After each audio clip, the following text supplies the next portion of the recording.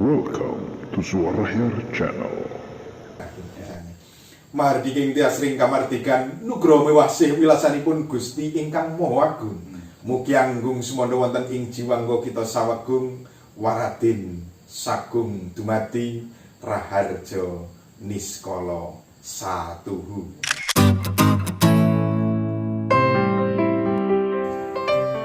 Sekarang sudah ada yang order untuk ada tanda-tanda bahwa sudah nih, saya bulan depan ya Mas, sudah ada. Nah, kalau untuk saat ini saya tanggal 24 sudah satu, tanggal 25 ada dua. Jadi untuk Anda catat tanggal-tanggal itu ya.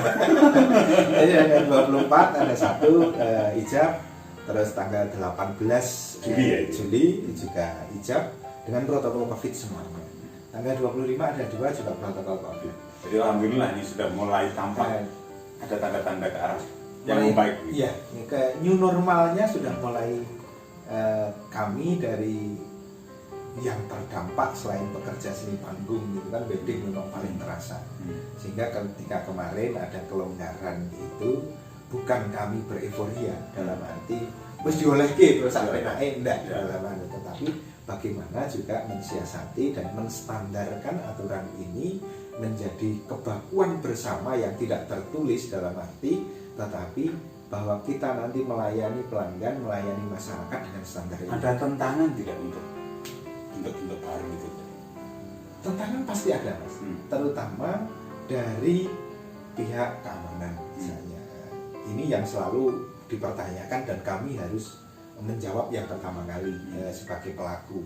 Bagaimana untuk jaraknya, bagaimana untuk cek suhu tubuhnya, sehingga kami menstandarkan setiap ada event wedding harus ada dari pihak kepolisian, dari pihak kodim, kesehatan dan dari pihak kesehatan itu hadir. Tapi untuk mempelai dan juga orang tua harus rapid test.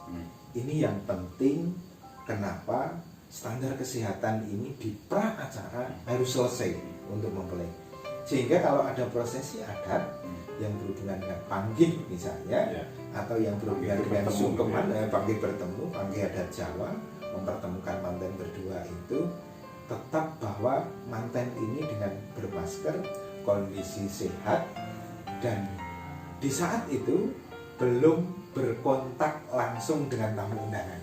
Artinya ketika ijab selesai, terus prosesi panggih misalnya, ini manten belum berkontak dengan tamu undangan. Nah, ketika dengan tamu undangan ini nanti yang kita dari IO, dari panitia membatasi betul jarak dengan mempelai dan juga menjaga sterilisasi ini dengan hand sanitizer, dengan sarung tangan. Ya. Oke, menarik gitu ya persiapan yang dilakukan oleh kawan-kawan di wedding organizer termasuk kawan saya ini. Tapi saya masih ingin mengorek hal lain. Bagaimana dia bisa belajar soal Panakocoro? Dari mana belajarnya? Orang seperti saya itu kira-kira memungkinkan tidak untuk mengambil alih. Ini saya pengen tanya, mulai kapan tertarik Panakocoro? Ya, terima kasih Mas Arjar, tuan rumah, ruang tamu. Saya mulai tertarik Panakocoro itu sejak kuliah dulu di S1 semester 2, semester 3. Ilmunya didapat dari kuliah atau nyari-nyari juga dari tempat lain? Dari luar juga. Jadi saya kursus di Swagotra Budaya Jawa yang ada di Peturungan selama 1 tahun, sambil juga nyantrik kepada almarhum Bapak Tontong Sadewo.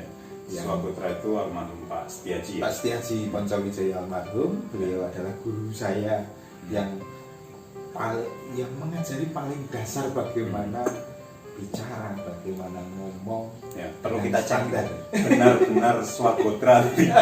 Nah, kira-kira kalau Swagotra membuka sebuah acara, bagaimana gaya Swagotra? Bagaimana nih? Ya, sebagai bentuk bakti saya kepada guru saya almarhum Pak Setiaji Poncowijaya yang menurut Kasetan Jati kemarin ketika COVID-19 sehingga banyak dari beberapa muridnya yang tidak bisa hadir ketika beliau dimakamkan termasuk saya karena jarak dan situasi COVID, maka dalam kesempatan di ruang tamu ini saya ingin mengutip pelajaran dari beliau ketika membuka acara gitu misalnya.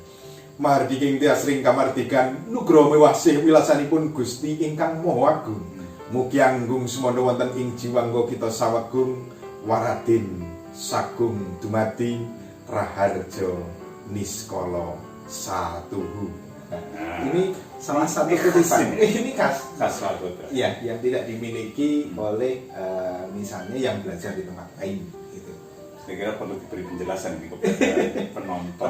Ya. Jangan-jangan roaming. Apa itu kira-kira maknanya? Ya, maknanya mahardiking tias ring kamardikan. Jadi kemerdekaan hati dalam suasana yang bahagia dan merdeka. Artinya tidak di bawah tekanan. Nugroho miwasih wilasanipun Gusti. Ini adalah anugerah dari Tuhan yang Maha Kuasa. Nugroho miwasih wilasanipun Gusti ingkang Maha Agung. Mugi anggung sumandha wonten ing jiwangga kita sawegung. Semoga ini juga tercurah atau diberikan, diterima oleh tidak hanya saya sendiri, tetapi kepada semua umat semua. Nugroho sawegung waradin sagung dumadi, dan juga semua makhluk, tidak hanya manusia. Raharja niskala satuhu. Kalau dalam Islam semacam doa karaharjan kaniskalan, jauh dari malapetaka. Satuhu ini sama dengan amin kalau di dalam bahasa Jawa. Kurang lebih itu. Dalam situasi pandemi ini kan doa yang kuat. Iya. Ya. Dalam situasi pandemi ada yang kadang masyarakat mungkin karena keterbatasan pengetahuan, saya tidak takut COVID, takutlah sama Gusti Allah dan lain sebagainya. Itu benar, tetapi belum tepat untuk situasi sekarang. Orang tidak takut dengan Gusti Allah, orang enak, mesti takut kepada orang. Khususnya orang yang beragama, memiliki keyakinan apapun, mesti takut kepada junjungannya atau Tuhannya. Tetapi dalam situasi sekarang harus kita tambah dengan pengetahuan bahwa ini ilmiah, ini real, hal yang harus kita hindari untuk menerima berkah yang lain, kira-kira supaya tidak konyol. Iya, jadi jangan sampai mati konyol hanya karena seolah-olah seorang yang takwa gitu ya, tapi kekonyolan yang justru didapat gitu. Ya. Oke, dari Swagotra, kemudian dari mana lagi? Dari Swagotra, terus saya nyantrik khusus kepada almarhum Pak Trontong Sadewo. Ini dalam wayang dongeng yang saya Iya, beliau adalah dalam wayang dongeng yang malang melintang dan juga MC yang saat itu saya tahun 2006-2007 adalah MC yang paling humoris waktu itu, dan juga MC yang yang saya selalu ingat dari pesan Pak Trontong itu adalah kedisiplinan yang luar biasa beliau. Jadi Mas Trontong Sadewo ini seorang MC profesional, kemudian dalam wayang dongeng sempat memimpin Sanggar Seni Paramesti. Saya kenal secara pribadi, jadi banyak bisa menceritakan soal itu. Lanjut Mas. Iya, jadi Pak Trontong itu mengajarkan kepada saya soal kedisiplinan di dalam wedding atau di dalam melayani masyarakat dalam pernikahan. Misalnya begini, acara ijab jam 8, maka mau tidak mau bagaimana caranya 6:30 harus sudah hadir. Walaupun ini memiliki jeda waktu yang panjang, tetapi paling tidak memberi rasa nyaman, memberi rasa ayem kepada yang punya rumah. Gedungnya cek kosong. Iya, belum ada orang. Itu yang diterapkan, yang diajarkan kepada Pak Trontong kepada saya. Mas, Anda datang 6:30 di acara jam 8 itu berkahnya lebih banyak. Kenapa? Dari banding Anda datang jam 8 kurang 5 menit. Itu kategorinya tidak telat, tetapi membuat orang seluruh gedung berungsung karena MC-nya tidak ada dan bisa kehilangan berkat. Iya, dan itu kehilangan berkat itu bisa juga kehilangan berkat. berkat momen dan kepercayaan gitu. Karena MC itu modalnya adalah modal kepercayaan, yang kedua getok tular dari yang sudah menganggap, kemudian ke tetangganya, ke saudaranya, ke kawannya. Ini tidak bisa diiklankan di TV bahwa ini orang ini sangat bagus dan lain sebagainya, tidak bisa. Tetapi prosesnya adalah dari sana. Itu saya belajar banyak betul dengan Pak Trontong Sadewo, yang kemudian di tahun berikutnya, 2 tahun berikutnya di 2008 itu mata kuliah Panoto Coro dimasukkan ke dalam mata kuliah di kampus UNES di jurusan Bahasa dan Sastra Jawa. Pak Trontong Sadewa almarhum salah satu yang mengajar waktu itu. Saya karena sudah mengasisteni di luar, sisan gawe saya mengasisteni beliau setiap beliau mengajar. Jadi materi yang diajarkan saya rekam, saya tulis, saya catat, saya pelajari. Itu berulang-ulang hingga lebih dari 2 tahun waktu itu. Sehingga membuat sedikit banyak pengalaman lapangan saya dapat, pengalaman teori saya dapat. Nah, itu yang saya gabungkan. Terus inisiatif ingin menjadi MC kebetulan sederhana. Ketika dulu butuh duit ya. Nah, ini butuh duit, dan ketika saya waktu itu nabuh gamelan di UKM Jawa itu menari, saya kategorinya yang paling jelek gitu. Jadi kalau nabuh itu mesti saya tidak pernah sampai finish untuk dikatakan benar gitu. Ganggu malah ganggu. Itu jadi teman-teman yang lain itu sudah sampai finish, sudah sampai tanggapan, saya belum. Maka saya harus mengambil sisi yang lain yang bisa main bareng-bareng, tetapi saya menguasai lebih baik sedikit daripada teman-teman. Kira-kira itu yang saya pilih, sehingga saya pilih MC. Yang kedua, ketika saya dulu masih kuliah semester 1, semester 2, setiap pulang ke kampung halaman, terutama di bulan-bulan tertentu, ada Syawal, Lapit, Besar itu, orang tua saya mesti mengeluh sambat, dalam arti banyaknya tetangga yang punya hajat. Bisa jadi seminggu itu 4-5 kali gitu, sehingga pusing untuk memberi uang saku kepada anaknya dan juga sekaligus menghadiri kondangan tetangga yang mantu. Nah, dari situ saya terpikir, apa yang bisa saya pelajari daripada kesusahan orang tua saya ini. Dan ada peluang dari kesusahan bapak saya itu, saya ciptakan diri saya menjadi peluang kebahagiaan, peluang untuk mahasiswa kampung yang hidup di Gunung Pati itu harus hidup tanpa harus hidup dan jangan berkeluh kesah kepada orang tua terus menerus. Maka saya belajar MC, saya tekuni, dan alhamdulillah sampai sekarang di weekend tadi selalu ada job untuk orang meninggal. Karena itu di Semarang ini gedung itu 1 sampai 1,5 tahun antrinya. Sehingga kalau kita sebagai MC, sebagai satu stakeholder di antara itu, ambil saja 5% saja, atau ambil saja 10% dari semua global kebutuhan wedding, maka kita di weekend mesti dapat. Gitu. Tapi berarti cukup untuk hidup sebulan. Dan itu ya alhamdulillah, kalau untuk itu relatif.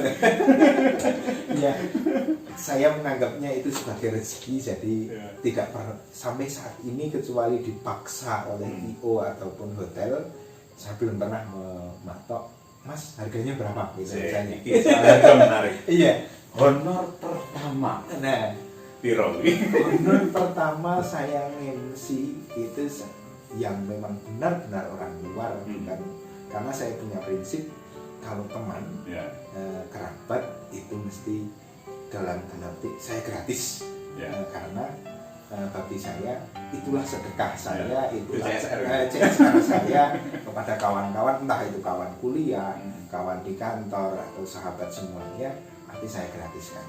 Tetapi yang berhubungan dengan orang luar yang kenalnya itu adalah memang menganggap saya mampu dan profesi, maka honor pertama kali saya ada 25.000.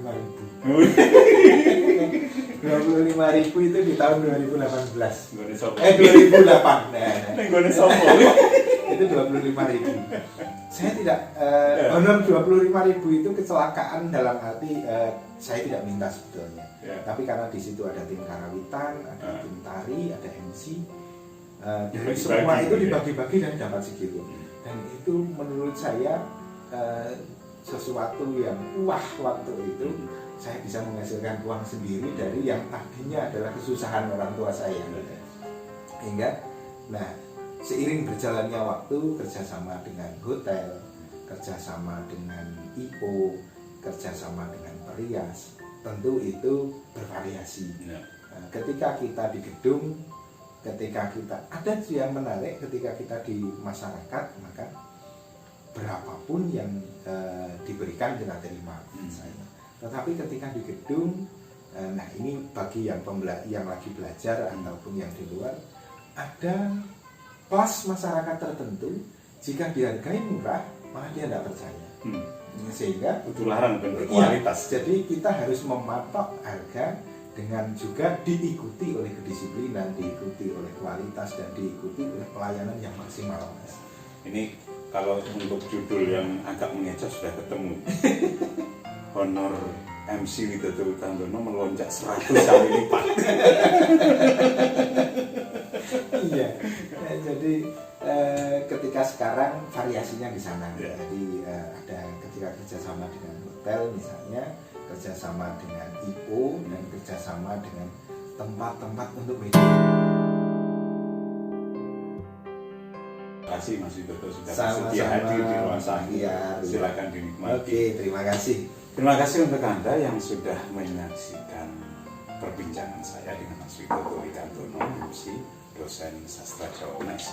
Mudah-mudahan ada manfaatnya. Terima kasih untuk Anda yang sudah subscribe. Terima kasih untuk Anda yang sudah like, komen, dan memberikan saran atas perbaikan konten ini. Kita akan bertemu di ruang tamu berikutnya. Tentu masih di sini di ruang tamu di Suara FM. Terima kasih. Assalamualaikum warahmatullahi wabarakatuh. Saya Ahyar M. Permana. Yuk berbagi cahaya.